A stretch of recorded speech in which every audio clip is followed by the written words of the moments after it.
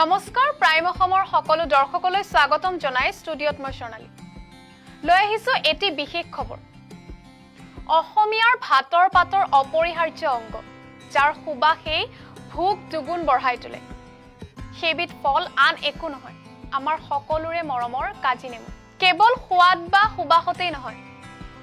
অসমৰ এই জাতীয় ফলবিধ এতিয়া বিশ্বৰ দৰবাৰতো সমাদৃত 2019 চনত ভৌগোলিক সূচাংক বা জিআই টেগ লাভ কৰা এই কাজি নেমুবিধ কেৱল এটা ফল নহয় ই হৈছে স্বাস্থ্যৰ বাবে এক মহৌষধ আহকচোন জানো এই কাজি নেমুৰ কি কি আচৰিত ঔষধি গুণ আছে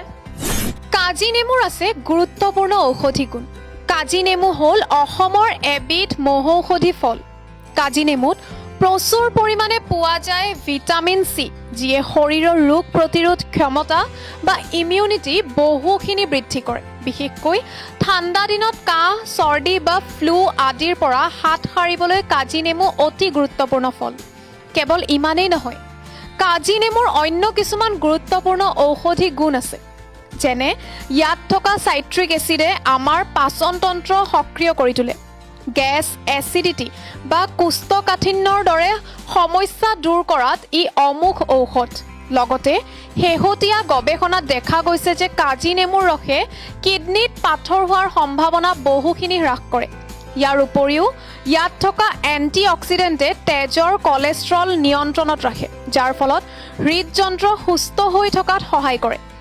লগতে শৰীৰৰ বৰ্ধিত ওজন আৰু অতিৰিক্ত চৰ্বি কমোৱাত ই বহুত সহায় কৰে আনহাতে